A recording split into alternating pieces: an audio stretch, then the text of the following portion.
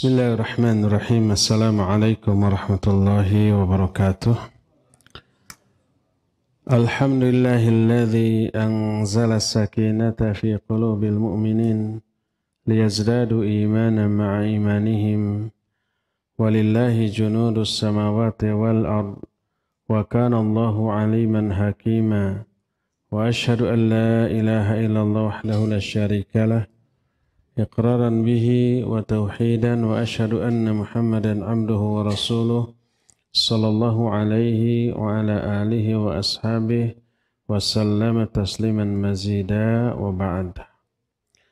Hadirin jamaah Masjid Umarul Khattab, para peserta iktikaf yang Allah muliakan, juga para pendengar radio Tarbiyah Sunnah Bandung, pendengar Radio Roja Cilengsi, Roja Bogor, Roja Bandung, Roja Lampung, Roja Palembang, Roja Tanjung Pinang, Roja Pontianak, Roja Berau, Roja Kendari, dan beberapa roja di kota lain, serta pendengar radio lain, pemirsa Roja TV, Persada TV, Niaga TV, Robbani TV, dan TV-TV lain, serta para netizen di mana saja Anda berada. Alhamdulillah kita kembali berjumpa di kajian rutin Jumat sore membahas kitab Mukhtasar Ma'arijul Qabil. Kita sedang membahas beberapa Al-Asma'ul Husna, nama-nama serta makna yang terkandung di dalamnya. Nama atau sifat terakhir al-iradah sudah kita terangkan. Kita lanjut. Di antara nama Allah sekaligus sifat adalah As-Sami' dan Al-Basir. Allah berfirman dalam surah An-Nisa ayat 58, Innallaha kana sami'an basira. Sungguhnya Allah maha mendengar dan maha melihat. Juga dalam surah Asy-Syura ayat yang 11, Laisa kamitslihi syai'un wa huwas sami'ul basir. Tidak ada sesuatu pun yang semisal dengan Dia, dengan Allah. Wa huwas sami'ul basir, dan Dia maha mendengar dan maha melihat. Dalam Toha ayat 46 berfirman Allah kepada Nabiullah Musa dan Harun. Nabi Musa dan Harun diutus untuk menemui Fir'aun. Lalu kata Allah, Innani ma'akuma asma'u wa ara. Sesungguhnya aku selalu bersama kalian berdua, aku mendengar dan aku melihat. Juga dalam surah Asy-Syu'ara ayat 15 Allah menyatakan, Kalla fadhhaba bi ayatina inna ma'akum mustami'un. Sekali-kali tidak, kata Allah. Pergilah kalian berdua ke Fir'aun dengan membawa ayat-ayat kami. Kami selalu menyertai kalian dan kami mendengar. Juga diterangkan dalam surah Az-Zukhruf ayat yang ke-80. Allah menyatakan, Am yahsabuna anna la nasma'u sirrahum wa najwahum bala wa rusuluna ladaihim yaktubun. Apakah mereka mengira bahwa kami tidak mendengar rahasia mereka dan bisikan-bisikan mereka? Ya, kami mendengar. Sedangkan para utusan kami, yaitu para malaikat, mencatat, selalu mencatat di samping mereka. Para utusan di sini maksudnya malaikat pencatat, selalu mencatatkan apa yang dilakukan atau diucapkan oleh orang. Dalam surah Ali Imran 100 Allah menyatakan laqad sami'allahu qaulal ladzina qalu innallaha faqirun wa nahnu aghnia.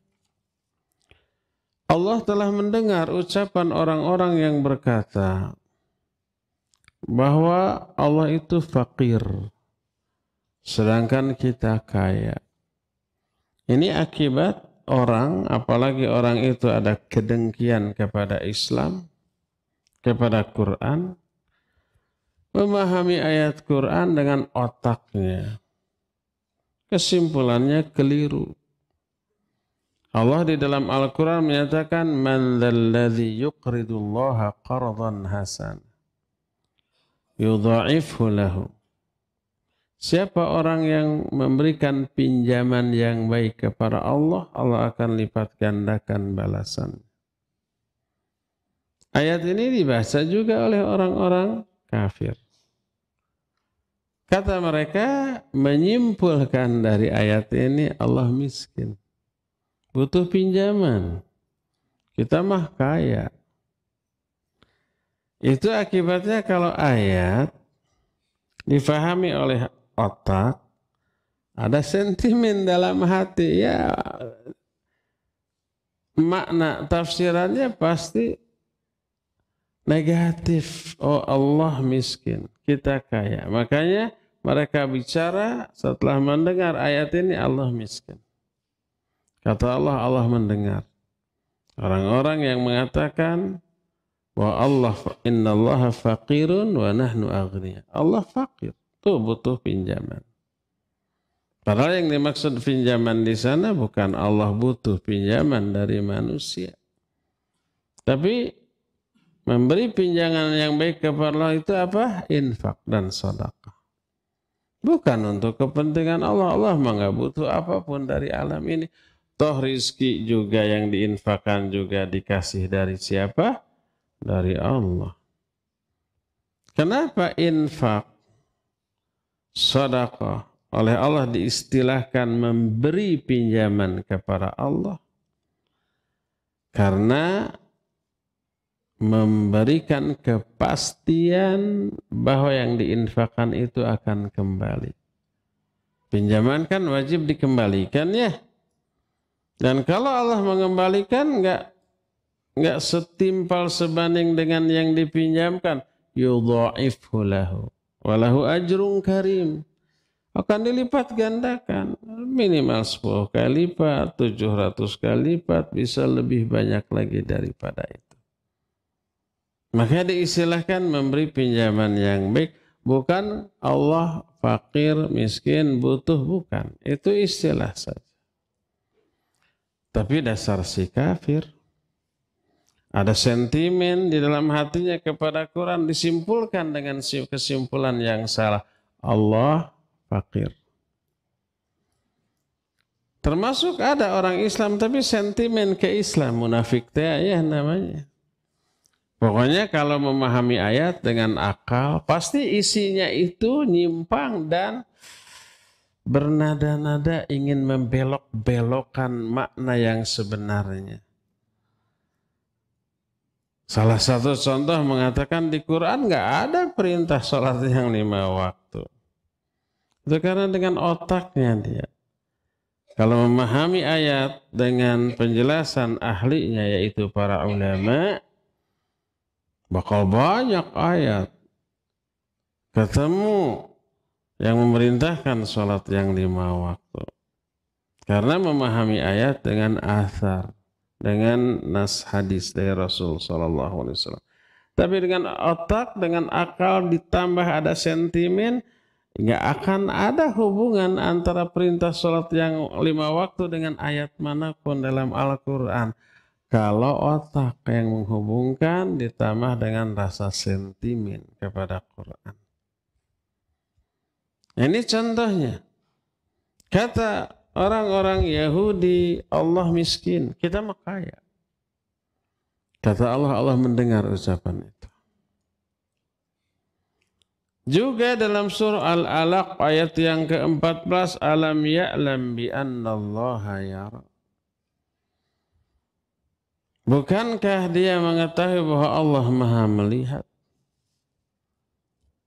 Juga dalam surah Al-Mujadilah ayat yang pertama, qad sami'a Allahu qawla allati tujadiluka fi zawjiha wa tashtaki ila Allah. Wallahu yasma'u tahawurakuma innallaha sami'un basir.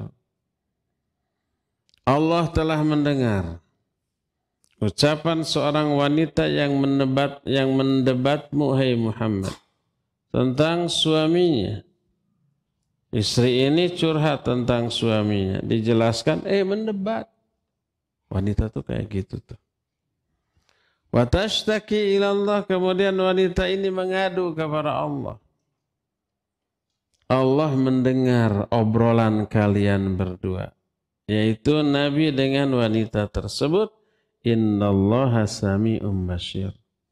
Karena sesungguhnya Allah Maha mendengar dan Maha melihat. Dan banyak lagi ayat-ayat lain yang senada yang intinya Allah Maha mendengar, Allah Maha melihat.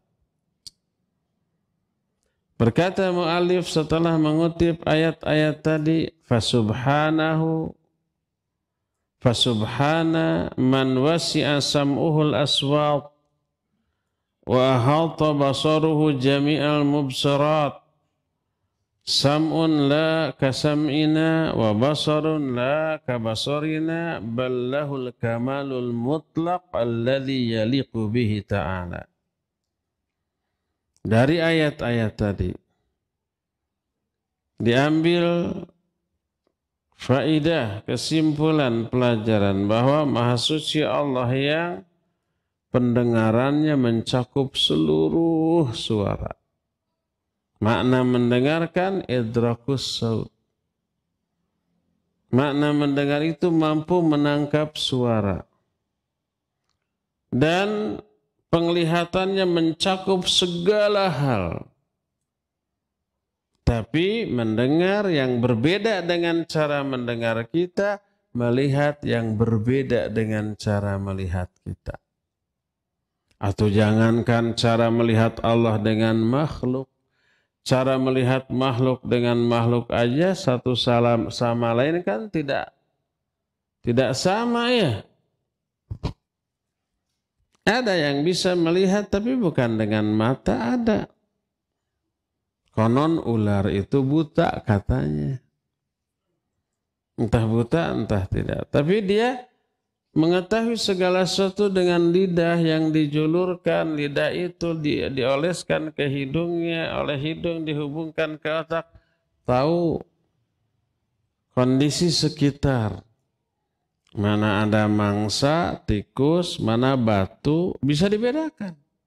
Gak pernah ada kasus ular gawok ngegel batu disangkanya tikus. Malah bentuknya sama bulat umpamanya, enggak. Cara melihat, cara mengetahuinya berbeda. Itu makhluk dengan makhluk. Apalagi makhluk dengan Khalik. Sama-sama mendengar, Allah mendengar kita mendengar, Allah melihat kita melihat. Yang berbeda adalah hakikat dan kaifiat. Cara melihat, cara mendengarnya berbeda. Hakikat dari mendengar, hakikat dari melihatnya juga berbeda. Ini yang disebut laisa kamitslihi syai'un. Bahkan Allah memiliki penglihatan, pendengaran yang sempurna dengan kesempurnaan yang mutlak, dengan makna yang layak bagi keagungan Allah Subhanahu wa taala.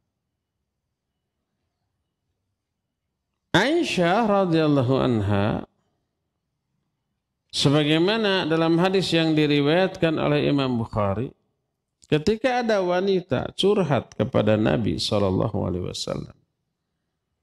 lalu terjadi debat wanita itu dengan Nabi SAW. Aisyah ada di rumah itu, ada di pojok masjid, di pojok rumahnya. Dikatakan la tasma'un ma taquluhul mujadilah wa hiya fi nahyatil bait.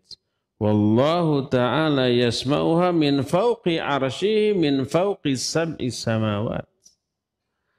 Aisyah tidak mendengar ucapan wanita yang mendebat Nabi SAW, padahal Aisyah ada di pojok rumahnya. Sedangkan Allah mendengar omongan wanita itu, padahal dia di atas arsy-Nya. Dia di atas langit yang ketujuh, secara jarak jauh sekali menurut kita. Kalau menurut Allah mah dekat. Innahum yarawnahu ba'ida wa narahu qariba. Mereka memandang jauh, kami memandang dekat. Menurut kita Allah itu di atas arsy jauh sekali, tapi menurut Allah dekat.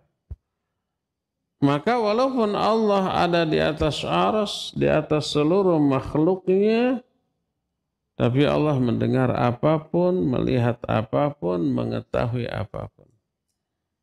Dalam surah Al-Hadid Allah menyatakan huwallazi khalaqas samawati wal arda wa ma bainahuma fi sittati ayyam thumma istawa 'alal 'arsy ya'lamu ma yaliju fil ardi wa ma yakhruju minha wa ma yanzilu minas sama' wa ma ya'ruju fiha wa huwa ma'akum aina ma kuntum. Allah lah yang menciptakan langit dan bumi dan apa-apa yang ada di antara keduanya di masa 6 hari. Kemudian Allah istiwa di atas arsy. Walaupun Allah istiwa di atas arsy, Allah tahu apa yang masuk ke bumi, apa yang keluar dari bumi, apa yang turun dari langit, apa yang naik ke langit, semuanya tahu. Allah tahu, Allah melihat, Allah mendengar. Jadi ketika ada wanita mendebat Nabi SAW di rumah Aisyah, Aisyah ada di pojok rumah, Aisyah nggak dengar. Tapi Allah mendengar. Dan ini menjadi dalil baik ayat ataupun hadis-hadis yang semakna ini amat sangat banyak menunjukkan Allah Maha melihat, Maha mendengar. Dan ini membantah kalangan orang-orang yang menolak, menafikan sifat-sifat Allah seperti kelompok Jahmiyah, pengikut Jahm bin Safwan.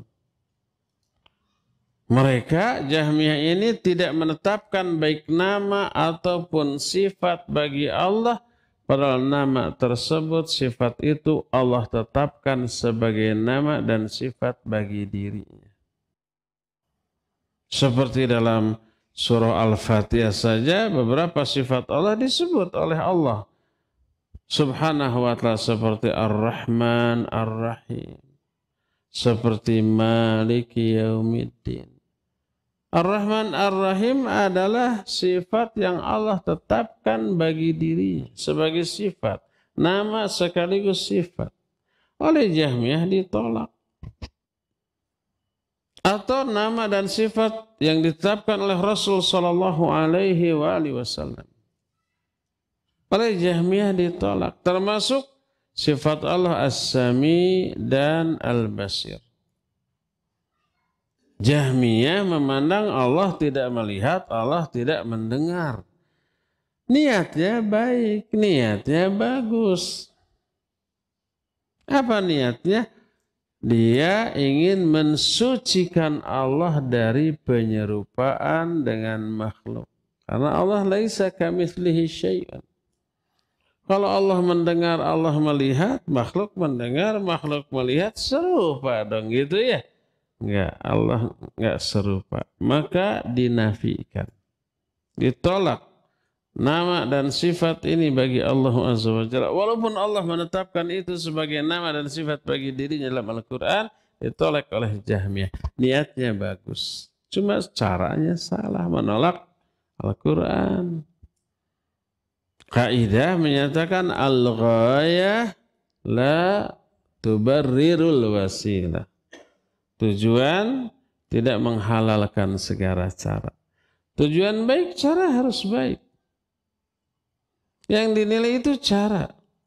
Tujuan baik, cara salah, dosa, keliru, sesat, menyimpang. Jadi mereka menolak sifat sifat dan nama-nama bagi Allah niatnya baik. Agar Allah tidak serupa dengan makhluk.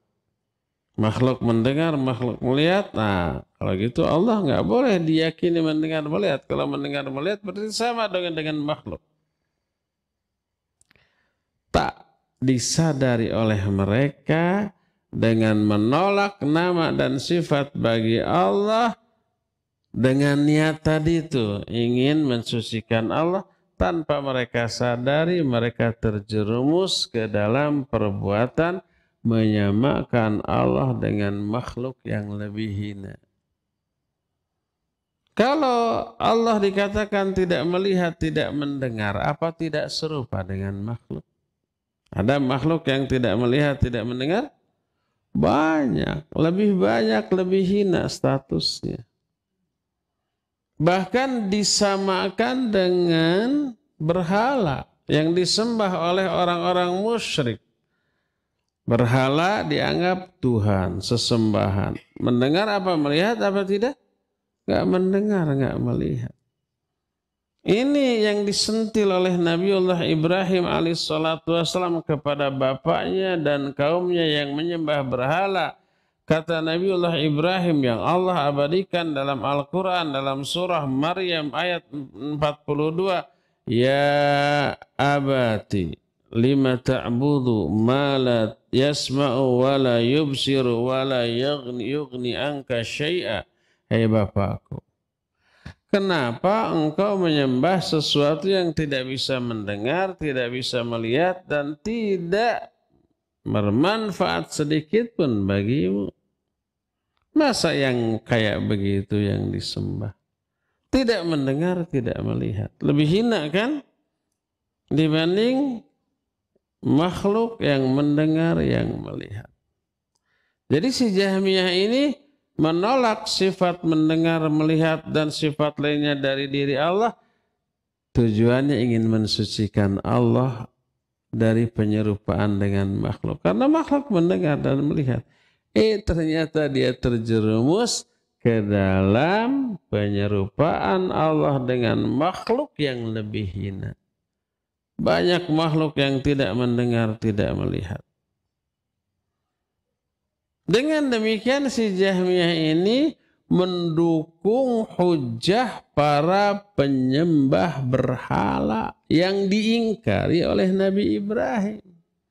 Kata Nabi Ibrahim, hei bapak, kenapa yang kamu sembah nggak bisa mendengar, nggak bisa melihat? Jadi kalau si Jahmiyah meyakini Allah tidak mendengar, tidak melihat, kena sindiran Ibrahim, ya enggak? Alaihi salatu wassalam. Maka orang kafir akan terbantu oleh hujah si Jahmiyah. Mereka akan berkata, kalau Allah umpamanya tidak mendengar, tidak melihat seperti keyakinan Jahmiyah, orang kafir akan ngomong, wa ma'budukum aidan la yasma'u wa la yubsiru. Sesembahan kalian juga tidak mendengar, tidak melihat. Kalau sembahan yang dimaksudlah Allah, versi siapa? Si Jahmiyah tadi. Ta'ala Allahu amma yaqulul kafiruna wadh-dhalimuna 'uluwan kabira. Maha tinggi Allah dari perkataan orang kafir, orang zalim dengan setinggi-tingginya dan sebesar-besarnya. Makanya ngaconya super berat si Jahmiyah ini. Karena menghinakan Allah Azza wa Jalla. Menyamakan Allah dengan berhala-berhala yang disembah oleh orang-orang musyrik dari aspek nama dan sifat. Karena orang-orang Jahmiyah menolak, menafikan, meniadakan nama dan sifat bagi Allah. Sedangkan ahlu sunnah menetapkan nama dan sifat bagi Allah, tapi ada tapi.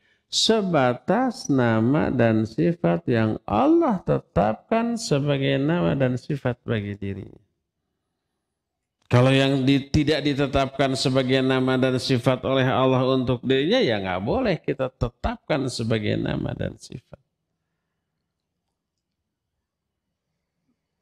Jadi Jahmiyah menolak.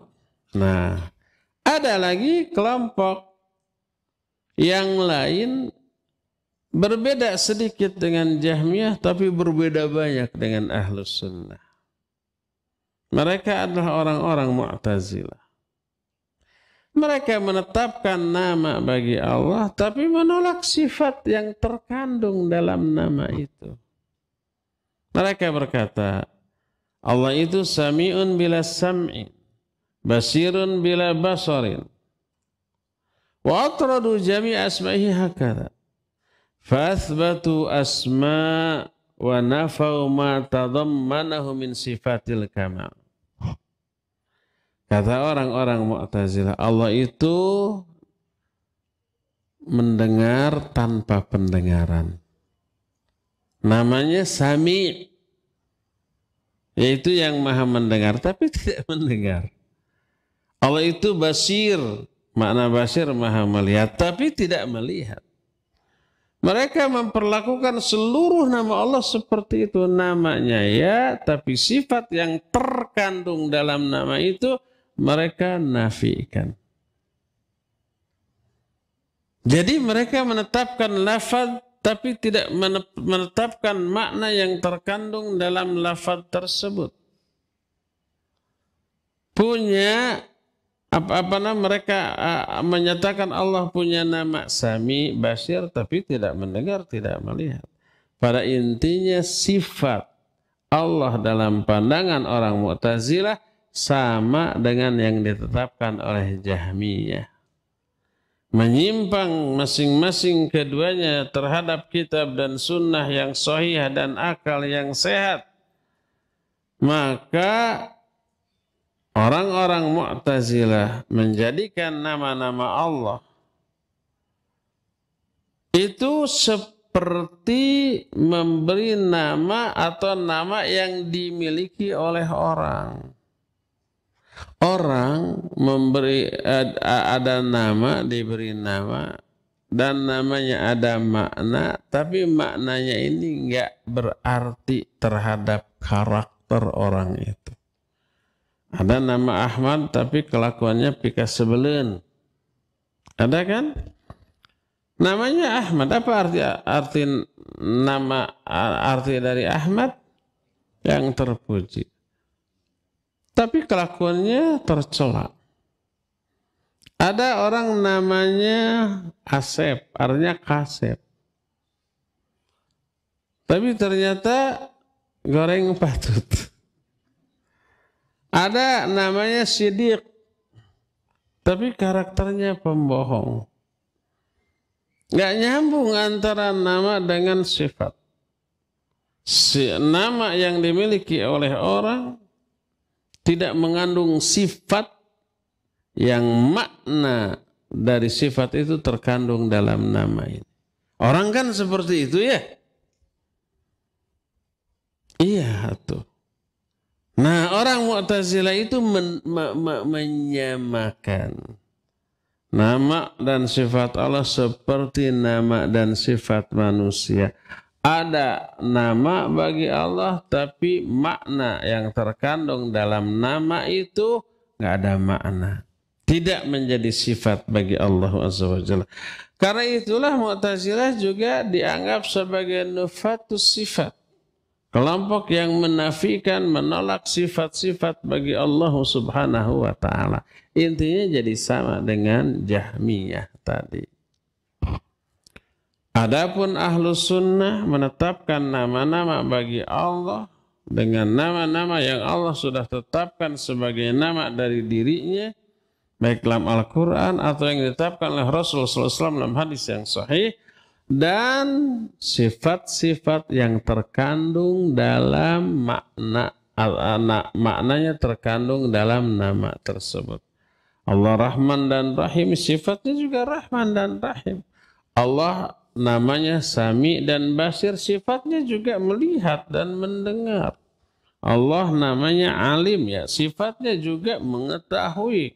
Allah namanya Al-Qadir, ya sifatnya juga Maha Kuasa. Begitu. Jadi setiap nama mengandung sifat bagi Allah Subhanahu wa Ta'ala. Ya, itu perbedaan antara Ahlus Sunnah dengan Jahmiyah ataupun Mu'tazilah. Jadi dua di antara nama Allah adalah As-Sami dan Al-Basir. Nama ini otomatis di dalamnya terkandung sifat Allah Maha mendengar, Allah Maha melihat. Nyambung ke yang berikutnya. Salah satu di antara nama bagi Allah adalah Al-Alim. Di dalam Al-Alim terkandung sifat ilmu. Nama Allah Al-Alim, makna dari Al-Alim menjadi sifat bagi Allah. Allah Maha mengetahui. Dengan pengetahuan yang tidak dimiliki oleh makhluk manapun. Cara mengetahuinya beda dengan cara mengetahui makhluk. Kalau kita ingin mengetahui gula dan membedakan mana gula, mana garam, mana penyedap rasa, gimana caranya? Dicicipi, dilihat bentuknya juga beda ya. Kemudian dicicipi, ini gula, ini garam, ini penyedap rasa. Tapi semut, bagaimana cara mengetahui ada gula di suatu tempat? Apa dicicipi dulu? Tidak. Tiba-tiba tahu ya, umpamanya gula, air mawur tenawan, tumpah umpamanya ya. Atau gula itu tidak ditutup di wadahnya. Atau ada air kopi yang pakai gula tumpah. Biarkan beberapa saat. Dan nggak berapa lama kemudian datang semut. Entah dari mana. Kok semut tahu di sana ada gula padahal tidak melihat. Bagaimana cara semut mengetahui ada gula di sana? Itu misteri bagi kita. Cara semut mengetahui ada gula berbeda dengan cara kita mengetahui ada gula di sana. Mungkin dia punya antena kan si semut ya. Mungkin gula itu memancarkan sinyal gitu. Ditangkap, oh titit ada gula di sana. Lalu ngalit, ngabandalit, ngabring, pairing-iring menuju gula yang mereka ketahui dengan cara yang hanya mereka tahu, kita tidak tahu. Saya nggak tahu kalau antena si semut itu digunting sama kita. Apa masih nggak dia bisa mengetahui di mana letak gula? Wallahu a'lam. Apa itu alatnya? Hanas, digunting, tetap tahu. Tapi jangan coba-coba. Zalim ya, kasihan si semut nanti. Jadi cara mengetahui kita dengan semut terhadap gula sudah berbeda. Begitu juga umpamanya cara mengetahui ular terhadap mangsanya. Bukan dengan cara dilihat, bukan dengan cara didengar, bukan dengan cara diraba, wallahu alam. Tapi mungkin dengan lidahnya yang dijulur-julurkan.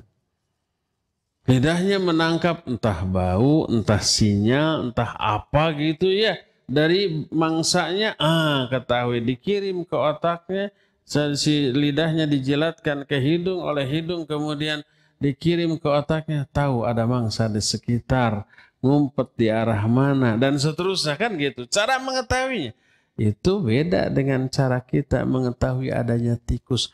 Kita mah cara mengetahui tikus di suatu tempat mungkin dilihat, mungkin didengar tuh cicitan tuh didinya pasti ada semut kan gitu ya.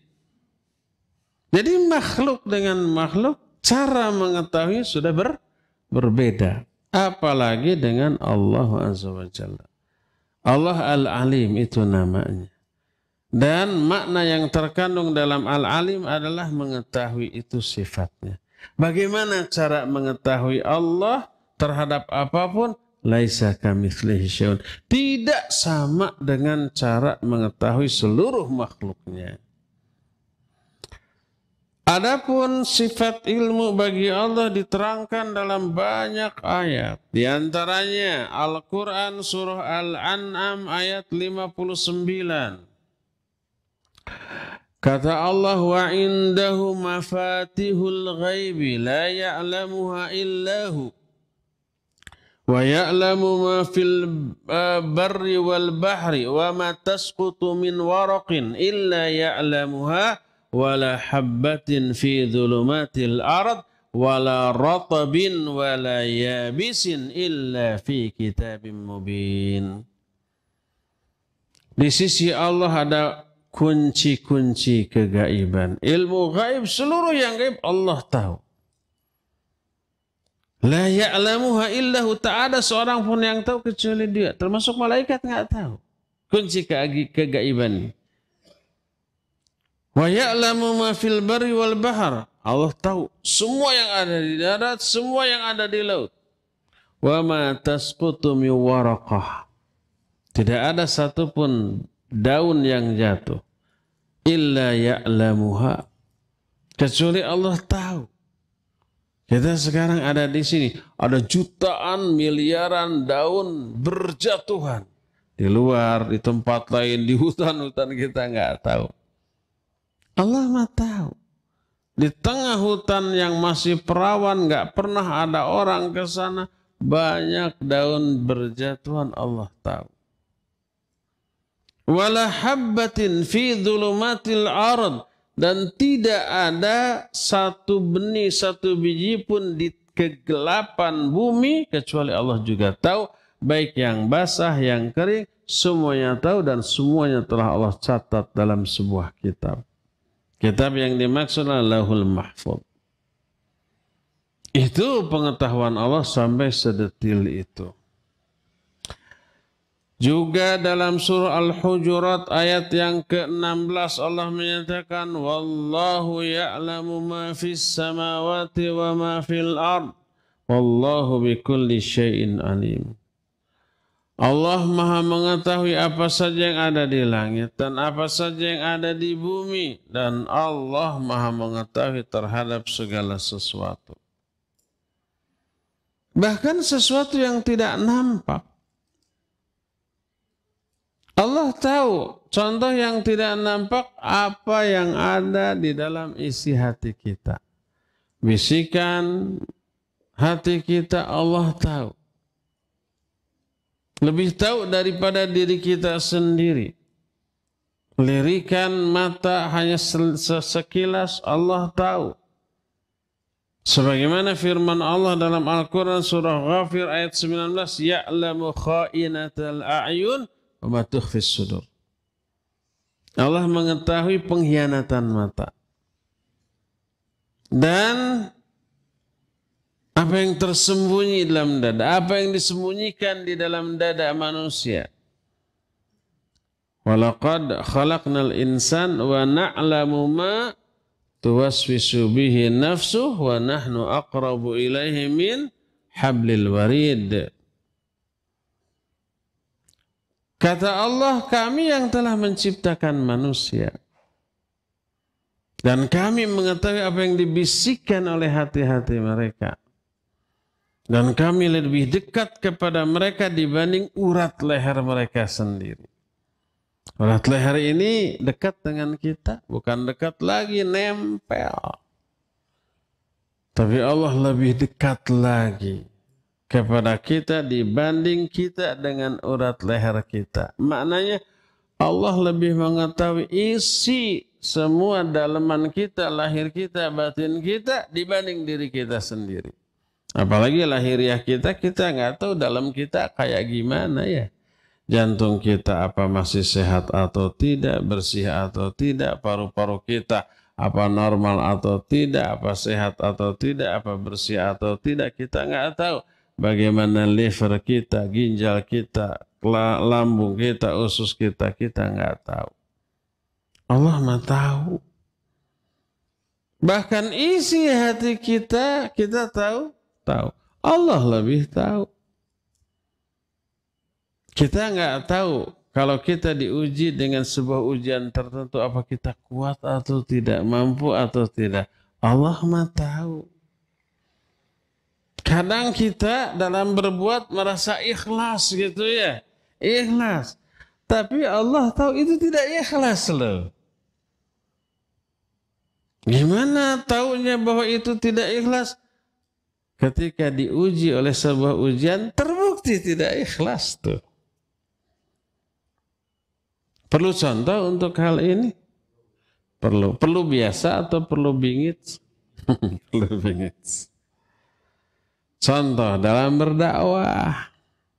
Kita rasa ikhlas sih. Tidak ingin dipuji, tidak ingin dibayar oleh uang, tidak ingin diberi jabatan, tidak ingin diviralkan, dan seterusnya. Rasanya ikhlas. Itu menurut kita. Ternyata menurut Allah belum ikhlas. Pas Allah kasih sebuah kasus terbukti itu. Apa contoh kasusnya? Contohnya ada orang yang dianggap berbuat atau berkata dengan perkataan atau perbuatan yang seolah-olah tidak menghargai jasa kita dalam dunia dakwah atau dakwah yang kita sampaikan. Kita tersinggung. Kamu tidak menghargai usaha saya, dakwah saya? Tah gitu. Oh ternyata ingin dihargai gini kan. Yang selama ini merasa ikhlas pas umpamanya ada yang mencela dakwahnya tersinggung berat. Pas ternyata orang-orang menghargainya, cium tangan gitu ya sampai meluk. Pas ada seorang yang salaman tegak saja tidak mencium tangan, tersinggung. Kurang ajar ini orang tidak cium tangan saya. Ternyata ada niat ingin dihargai dengan dakwah yang sudah dilakukannya. Allah lebih tahu ini belum ikhlas ini. Terbongkar dengan adanya kasus-kasus tadi. Allah lebih tahu tentang isi hati kita, tentang dalaman-dalaman kita, batin kita, baik lahir atau batin kita, daripada diri kita sendiri. Wa nahnu aqrabu ilaihi min hablil warid. Atau jangankan Allah. Para malaikat saja yang ditugaskannya tahu isi hati kita apa tidak?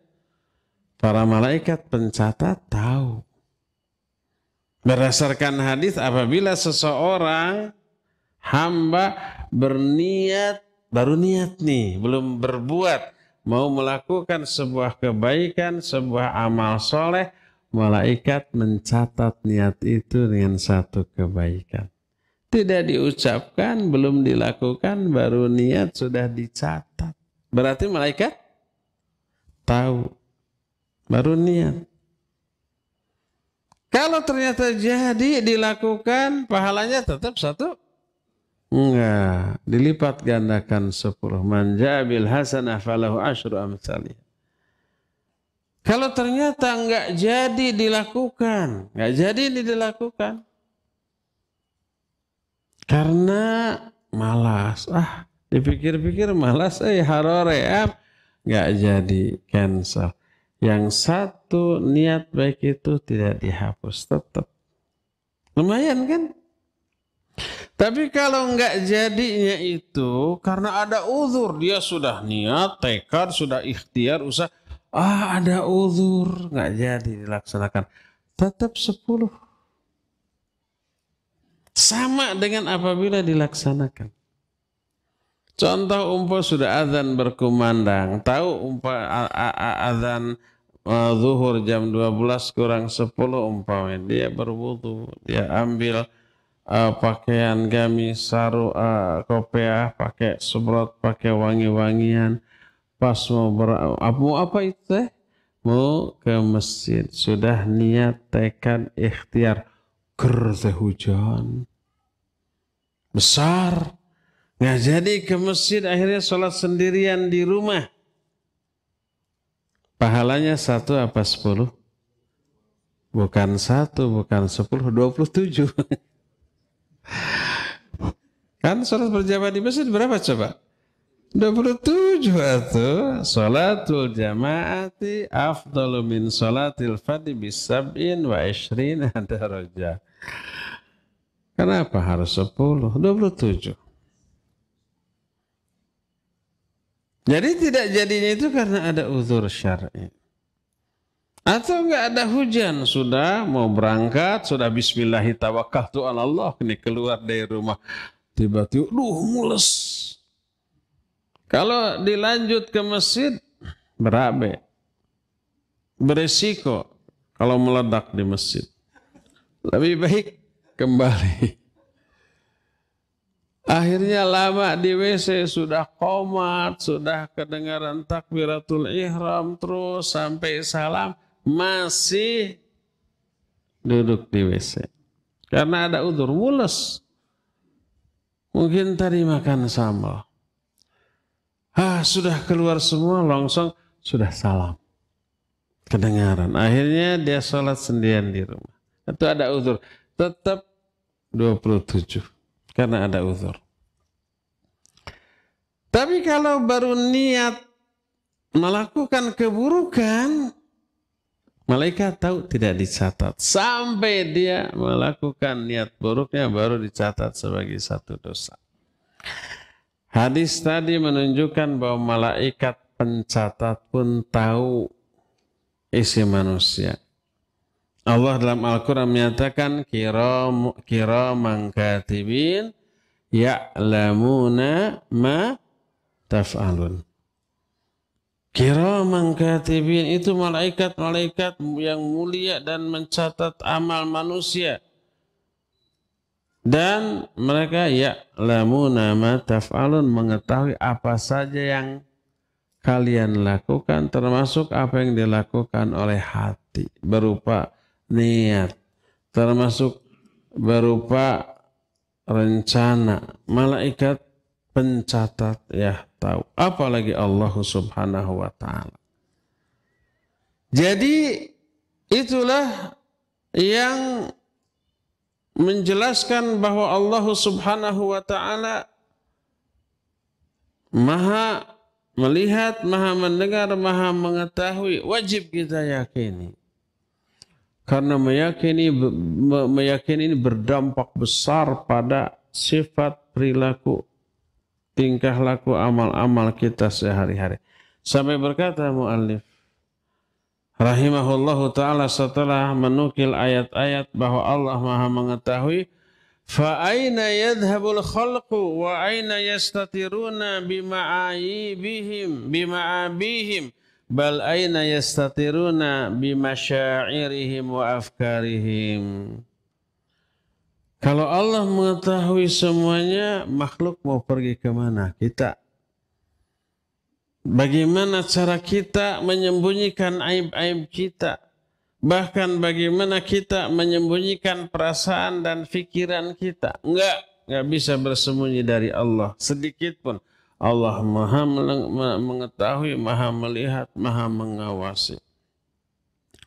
Menyadari hal ini, lahirlah sifat muraqabah. Apa arti muraqabah? Selalu merasa diawasi oleh Allah. Allah mengawasi kita 24 jam sehari, 60 menit di setiap jamnya, 60 detik di setiap menitnya, tanpa sedetik pun terlewat dari pengawasannya kepada kita, baik lahirnya ataupun batinnya. Bagaimana kita mau bersembunyi dari Allah? Selain itu, Allah juga mengutus utusannya dari para malaikat. Di depan, di belakang ada malaikat. Di kanan dan di kiri ada malaikat. Allah menyatakan, wa ma yalfidu min qawlin illa ladaihi raqibun atid. Ayat sebelumnya, il yatalaqqal mutalaqqiyani anil yamini wa anil shimali qa'id. Ma yalfidu min qawlin illa ladaihi raqibun atid. Ingat, selalu ada dua malaikat. Nempel terus, mendampingi terus di kanan dan kiri. Tidak ada satupun kata yang terucap dari mulut kecuali di sampingnya ada raqib dan ada atid. Mencatat semua yang kita ucapkan, semua yang kita lakukan. Kanan kiri itu. Depan belakang ada malaikat hafadhah. Allah menyatakan lahu muaqibatun min baini yadayhi wa min khalfihi yahfazunahu min amrillah. Bagi setiap makhluk Ada malaikat penjaga di depannya dan di belakangnya. Mereka menjaga orang itu, mengawasi orang itu atas perintah dari Allah Subhanahu wa ta'ala. Kita hakikatnya tidak pernah sendirian. Walaupun nggak ada orang lain yang menyertai kita, binatang yang dekat dengan kita, nggak ada. Ingat, malaikat depan, belakang, kanan, kiri. Terus ada malaikat qarin lagi yang selalu menyertai kita. Di samping itu, di atas semua itu Allah mengawasi semuanya. Lahir kita, batin kita. Maka lahirlah sifat muraqabah. Selalu merasa diawasi oleh Allah lahirnya ataupun batinnya. Coba bayangkan kalau kita umpamanya lagi melamun menghayal sesuatu yang buruk. Nggak sadar terucapkan sesuatu yang buruk itu. Ada orang di samping kita yang dengar. Gumaman kita menggumamkan sesuatu yang buruk. Kalau kita sadar, malu nggak? Malu ya. Aduh, kelepasan kan gitu ya. Kelepasan. Itu baru orang. Akhirnya kita jaga diri, jaim. Jangan sampai terucap ucapan yang buruk. Jangan sampai berperilaku yang kurang berkenan bagi orang yang ada di hadapan kita. Kita jaim. Karena ada orang yang melihat, ada orang yang mengawasi. Itu baru orang. Mestinya kita lebih jaim lagi karena meyakini Allah selalu melihat, mengawasi setiap saat. Lahiriah kita dan batiniah kita. Inilah sifat Allah yang tiga. Mendengar, melihat, dan maha mengetahui. Ya, cukup di sore hari ini sampai di sini saja. Dan ini pengajian rutin yang disiarkan oleh Raja Cilengsi. Jadi untuk tanya jawab dikhususkan bagi pendengar dan pemirsa radio dan TV Roja. Ditutup dulu pertanyaan dari hadirin di sini ya. Kepada Al-Akh Al-Fadhil Abu Lukman di studio Radio Roja Cilengsi dipersilakan untuk memandu tanya jawab dengan pendengar ataupun pemirsa. Wassallallahu ala nabiyina Muhammadin wa ala alihi wa ashabihi wassalam. Mangga silakan. Jazakallahu khairan kami sampaikan kepada Ustadz Abu Haidar As-Sundawi hafizahullahu ta'ala yang telah memberikan nasihatnya kepada kita di kesempatan sore hari ini di bulan Ramadan, di bulan Al-Quran. Langsung dari Masjid Umar bin Khattab di Desa Selacau, Kabupaten Bandung Barat. Dan untuk berikutnya kami undang Anda, para sahabat Roja dimanapun Anda berada, silahkan Anda bisa melayangkan pertanyaan Anda. Iya, silahkan. Assalamualaikum. Waalaikumsalam warahmatullahi wabarakatuh. Dengan siapa di mana Bapak? Waalaikumsalam warahmatullahi wabarakatuh. Dengan siapa di mana Bapak? Dari Pak Gufran di Banjarmasin. Di mana Pak? Mohon maaf. Di Banjarmasin, Kalimantan Selatan. Oh baik. Baik, mohon Bapak untuk dikecilkan terlebih dahulu televisinya. Ya. Kami persilahkan Bapak. Sebentar.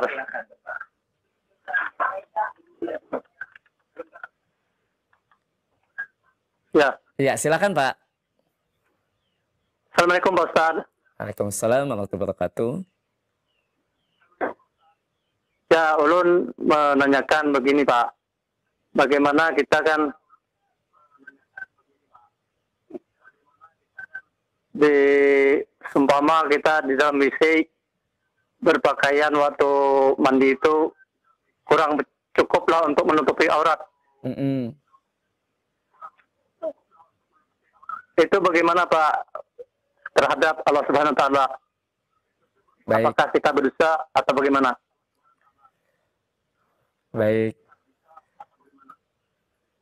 Baik, jazakallahu khairan Bapak atas pertanyaannya. Kami persilahkan Ustaz. Barakallahu fiik, Bapak di Banjarmasin ya. Kalau nggak salah pertanyaannya bagaimana dalam sebuah meeting gitu. Ya? Betul meeting? Di kamar mandi Ustaz. Oh mandi. Ya. Oh, ketika mandi membuka aurat. Mandi apa meeting? Mandi. Iya, selama tak ada orang lain kecuali kita atau istri kita, tidak mengapa. Tertutup dari orang lain. Di kamar mandi. Apa Allah melihat? Ya tentu saja melihat. Tapi mau gimana lagi? Mau pakai pakaian juga Allah melihat aurat kita ya. Kita berkewajiban menutup aurat itu bukan dalam pandangan Allah, bukan. Berkewajiban menutup aurat itu dalam pandangan manusia. Dan dalam pandangan Allah itu mah ya, kita mau pakai baju 10 rangkap juga aurat kita kelihatan oleh Allah. Kelihatan. Jadi tidak masalah. Kita masuk ke WC, nggak ada orang lain kecuali kita. Kemudian kita membuka pakaian, terbuka aurat kita. Terlihat oleh Allah? Pasti. Terlihat oleh malaikat? Tergantung malaikatnya. Kalau malaikatnya malaikat pencatat amal, iya. Malaikat pencatat amal masuk WC? Iya, masuk WC. Bukankah malaikat tidak akan masuk WC? Itu malaikat rahmat. Tidak akan masuk WC. Kita ke WC, mereka nggak ikut. Tapi malaikat pencatat amal ya ikut. Kalau nggak ikut, nanti di WC berbuat dosa nggak kecatat dong. Jangan ada pikiran asik mumpung di WC nggak ada malaikat. Akhirnya bebas melakukan dosa di dalam WC. Keliru dia. Tetap malaikat pencatat amal masuk ke WC. Bahkan malakul maut bila dia sampai waktunya meninggal dalam WC, malakul maut masuk. Ada orang yang mati di WC? Ada banyak. Siapa yang mencabut nyawanya? Malakul maut. Katanya malaikat nggak masuk WC. Itu malaikat rahmat. Otomatis malaikat pencatat amal melihat aurat kita di dalam WC. Nggak masalah. Jadi kalau kita di WC, BAB, BAK, bahkan mandi sampai terbuka seluruh aurat, terlihat oleh Allah, terlihat oleh malaikat yang ada di sana, nggak masalah. Yang terlarang adalah memperlihatkan aurat kepada sesama manusia, itu yang terlarang ya. Demikian Pak, wallahu a'lam bissawab. Silakan lagi Abu Lukman. Baik, jazakallahu khairan Ustaz atas penjelasannya, dan berikutnya pertanyaan melalui pesan WhatsApp Ustaz dari Bapak Abdullah di Bengkulu. Ingin bertanya Ustadz terkait malam Lailatul Qadar Ustadz, apakah yang mendapatkan malam Lailatul Qadar ini hanya satu orang sehingga harus diperebutkan atau banyak orang Ustadz? Jazakallahu khairan.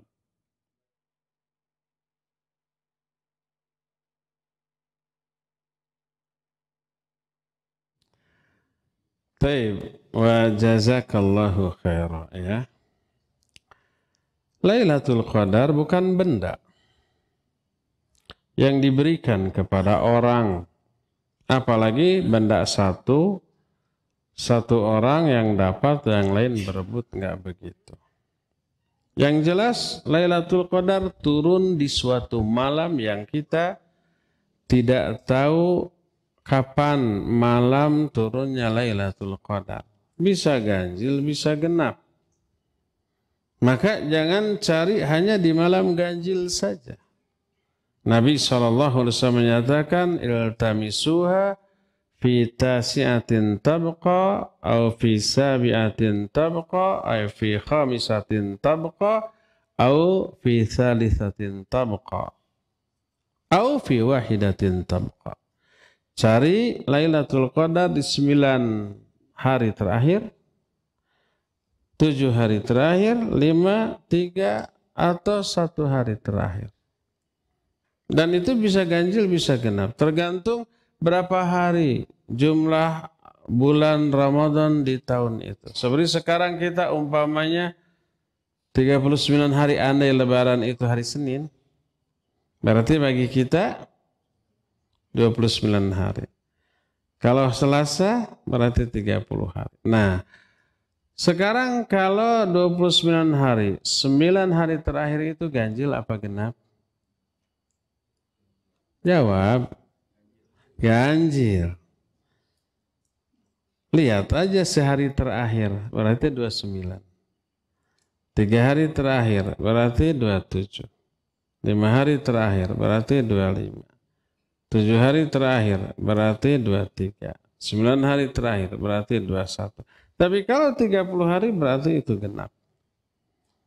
Dan di zaman Nabi SAW, sebuah hadis riwayat Imam An-Nasai yang dinukil oleh Imam Ibnu Katsir dalam kitab tafsirnya, pernah Lailatul Qadar di zaman Nabi SAW turun tanggal 24 Ramadan.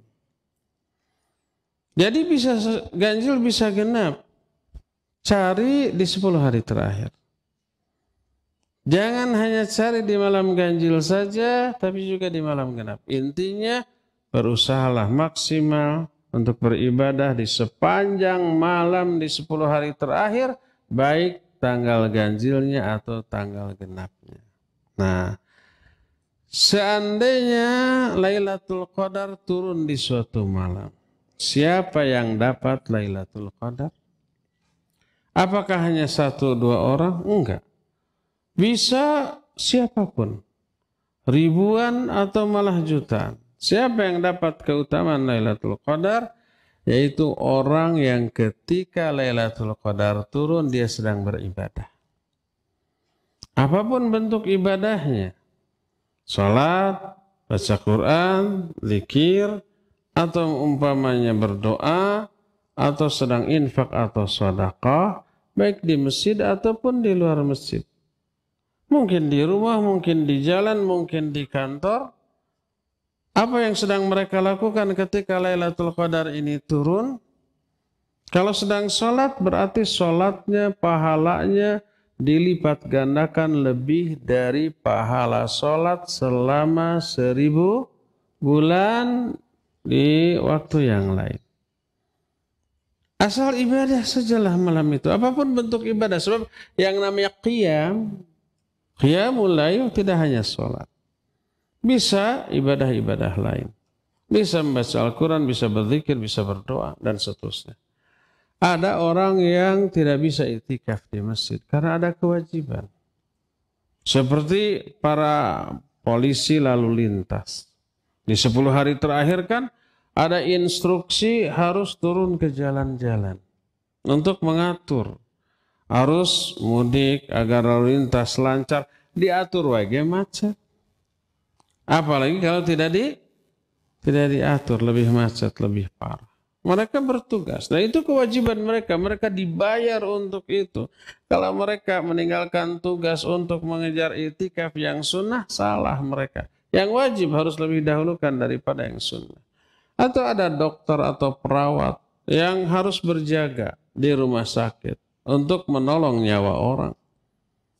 Itu kewajiban. Sedangkan iktikaf sunnah. Atau security harus berjaga malam. Dan itu tugas, kewajiban berdasarkan kontrak yang sudah mereka buat dengan perusahaannya. Wajib. Sehingga tidak bisa melakukan iktikaf yang hukumnya sunnah. Ketika mereka berjaga, dokter memeriksa pasien, polisi umpamanya mengatur lalu lintas, security menjaga keamanan, itu ibadah karena melaksanakan kewajiban. Saat itu turun Lailatul Qadar. Mereka dapat keutamaan Lailatul Qadar, memperoleh pahala lebih baik daripada 1000 bulan untuk amalan yang sedang mereka kerjakan.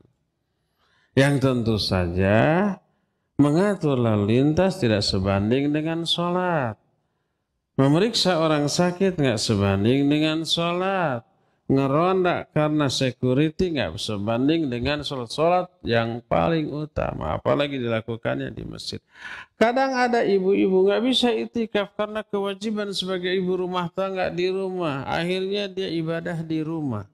Sholat di rumah, baca Quran di rumah, zikir di rumah. Saat itu turun Lailatul Qadar. Dia memperoleh pahala dari ibadahnya lebih dari 1000 bulan apabila dibanding dengan 1000 bulan yang dilakukan di waktu-waktu lain. Itu dapat keutamaan Lailatul Qadar? Ya. Segimana dapat keutamaan? sangat tergantung dari jenis ibadah, apa yang sedang dia lakukan, ibadah atau bukan. Kalau itu ibadah, jenis ibadahnya apa, dan kalau ibadahnya tertentu, sekualitas apa ibadah yang dilakukan. Orang umpamanya sama-sama sholat di masjid, Lailatul Qadar turun. Apakah pahala keutamaannya sama? Tidak. Tergantung kualitas sholatnya. Yang ini mah khusyuk, yang ini mah melamun. Beda. Pahalanya ya enggak? Yang ini mah ikhlas, yang ini mah ria. Yang ria malah dosa. Oleh karena itulah maka Lailatul Qadar bukan berupa barang yang diberikan, tapi berupa anugerah, rahmat, ampunan, pahala, karunia Allah turunkan, dan Allah berikan dengan nilai lebih dari 1000 bulan dibanding yang di waktu yang lain, dan diberikan kepada orang yang sedang beraktivitas kebaikan. Semakin baik jenis kebaikan yang dilakukannya, semakin bagus, semakin besar pahalanya. Jadi itulah Lailatul Qadar, bukan satu barang yang diberikan hanya ke seorang, selain orang itu enggak dapat. Enggak. Oleh karena itulah maka Lailatul Qadar bisa didapat oleh siapapun asal dia sedang melakukan amal soleh ketika Lailatul Qadar ini turun. Wallahu a'lam bishawab. Silakan lagi Adyar. Jazakallahu khairan Ustaz atas penjelasannya, dan berikutnya kami angkat kembali pertanyaan melalui line telepon. Kami persilahkan. Iya. Assalamualaikum. Waalaikumsalam warahmatullahi wabarakatuh. Dengan siapa di mana Bapak? Pak Ruslan di Banjarmasin. Baik, silakan Pak Ruslan. Saya mau bertanya ini tentang sholat berjamaah. Kan kalau imam satu, makmum satu, posisi imam dengan makmum sejajar. Nah, tapi kalau datang ada makmum yang satu, cuman anak-anak sekitar umur 4-5 tahun, tapi belum dihitan, apakah itu boleh dijadikan makmum di belakang dua begitu atau bagaimana? Baik. Terima kasih Pak Ruslan di Banjarmasin. Kami persilahkan Ustaz.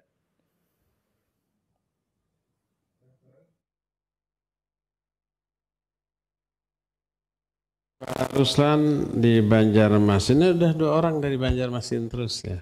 Barakallahu fiik. Ya, kalau berjamaah berdua, laki-laki, posisi imam berdampingan dengan posisi makmum. Imam di sebelah kiri. Berdasarkan sebuah riwayat dari Ibnu Abbas radhiyallahu anhuma, Ibnu Abbas saat itu tidur di rumah Nabi alaihi salatu wasallam ketika Nabi giliran di bibinya Ibnu Abbas.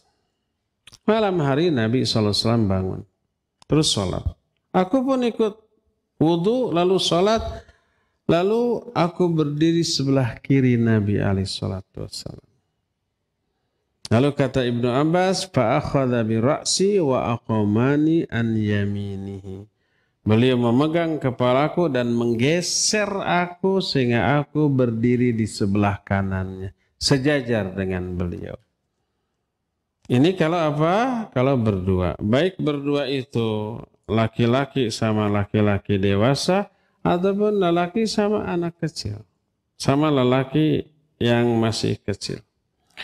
Nah sekarang bagaimana kalau bertiga?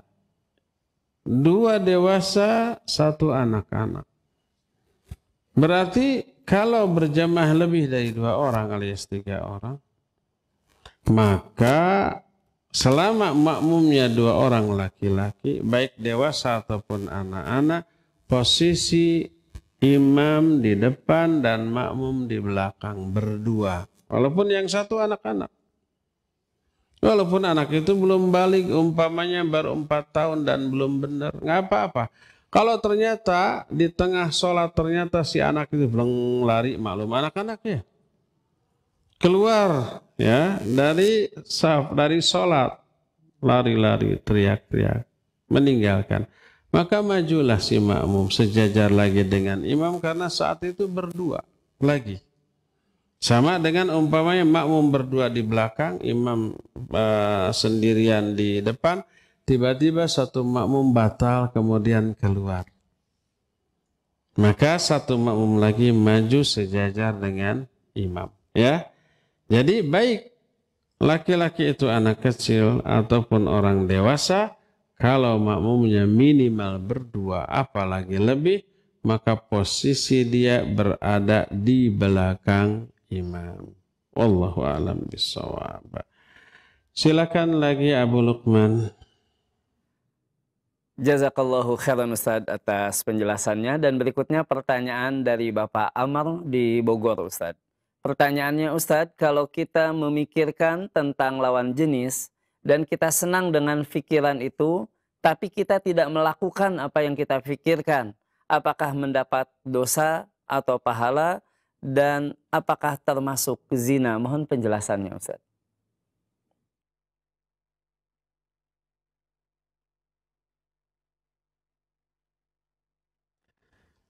Barakallahu fiik. Kalau umpah kita menghayalkan lawan jenis. Laki-laki menghayalkan wanita, wanita menghayalkan laki-laki. Ada wanita menghayalkan laki-laki? Lebih banyak loh daripada sebaliknya. Nah, tapi tidak dilakukan, hanya hayalan saja. Apakah itu perbuatan buruk? Ya, perbuatan buruk. Apakah itu sudah dicatat? Ya, sudah dicatat. Karena apa? Karena itu amalan hati dan bukan niat. Harus dibedakan antara amalan hati dengan niat. Kalau niat begini, nanti malam saya mau mencungkil jendela orang. Itu niat untuk melakukan perbuatan buruk. Amal perbuatan yang dilakukan oleh anggota badan diniatkan dari awal sekarang. Nah, baru niat itu nggak dicatat. Karena berniat mau melakukan amalan anggota badan. Nanti siang saya mau nyopet. Itu amalan anggota badan ya. Tapi baru niat. Belum dicatat. Sampai itu dilakukan. Berbeda dengan amalan hati. Amalan hati banyak ya. Salah satunya suudzon. Suudzon, benci ke orang itu amalan hati. Itu bukan niat. Bukan niat untuk berbuat buruk. Tapi amalan buruk yang dilakukan oleh hati. Itu sudah dicatat. Karena itu amalan, bukan niat. Ingat, yang tidak dicatat oleh malaikat, niat untuk melakukan amalan buruk. Dan amalan buruknya dilakukan oleh anggota badan. Adapun kalau amalan buruk tersebut, amalan buruk yang memang menjadi amalan hati. Salah satunya menghayal. Kalau menghayal itu amalan lisan atau anggota badan atau amalan hati. Amalan hati. Maka itu sudah berupa amalan yang buruk yang dilakukan oleh hati, maka dicatat sebagai sebuah dosa dan keburukan. Ya, berdasarkan hal itu harus dibedakan antara niat untuk beramal dengan niat untuk mengamalkan amalan buruk dengan amalan hati yang buruk. Itu dua hal yang berbeda. Ya, wallahu a'lam bishawab. Terakhir ya, Adiar silakan. Jazakallahu khairan Ustadz. Dan untuk pertanyaan terakhir kami persilahkan untuk pendengar atau pemirsa. Kami persilahkan. Iya. Assalamualaikum. Waalaikumsalam warahmatullahi wabarakatuh. Dengan siapa di mana Bapak? Dari Pak Eko Bengkulu. Dari Pak Eko Bengkulu. Silakan Pak Eko. Mohon dikecilkan terlebih dahulu televisinya. Iya. Terima kasih, Ustaz. Nah, ini begini, Ustaz. Kalau sewaktu saya umur 50 tahun itu, waktu itikaf itu bisa siang malam. Nah, karena sekarang ini umur saya sudah 60 lebih, kami cuma malam saja sekitar jam 11 sampai subuh. Nah, itu kira-kira gimana, Ustaz? Nah, kira-kira amalan selama itikaf itu mana yang lebih afdol, baca Al-Quran atau sholat? Baik. Nah, saya kira itu, Ustaz. Terima kasih. Assalamualaikum warahmatullahi wabarakatuh. Waalaikumsalam warahmatullahi wabarakatuh. Tafadhol Ustaz.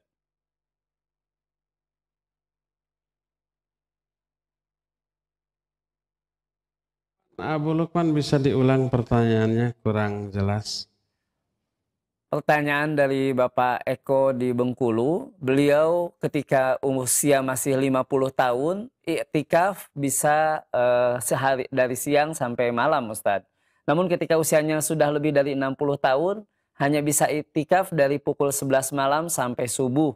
Apakah ini bisa disebut iktikaf, Ustadz? Kemudian amalan apa yang sebaiknya dilakukan ketika iktikaf? Membaca Al-Quran atau sholat, Ustadz? Mohon penjelasannya.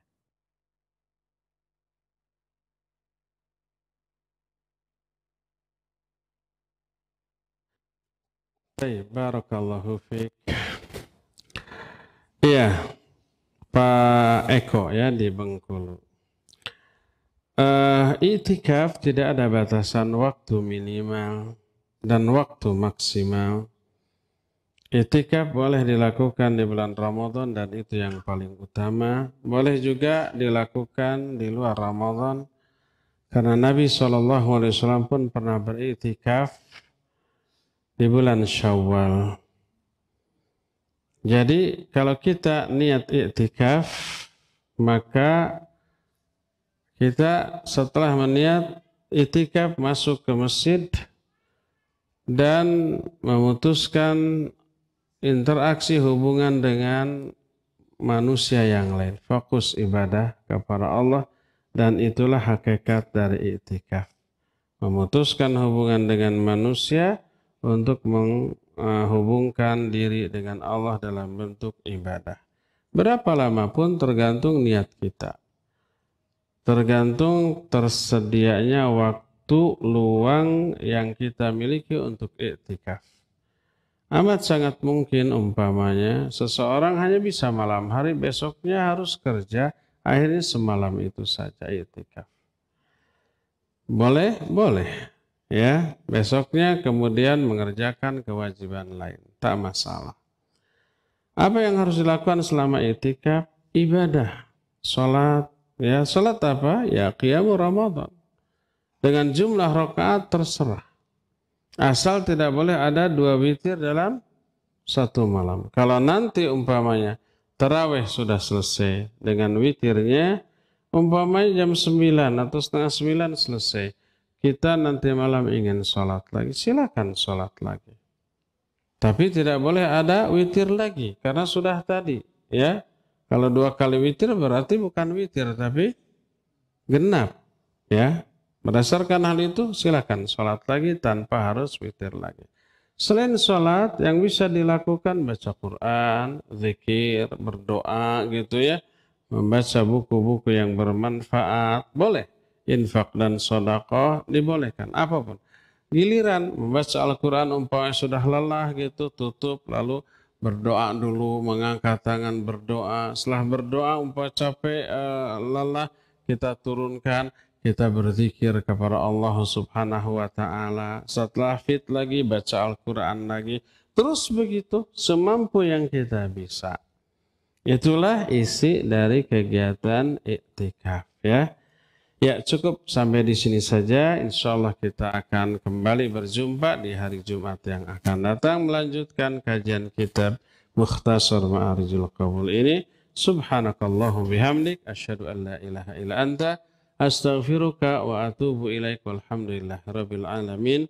Wassalamualaikum warahmatullahi wabarakatuh.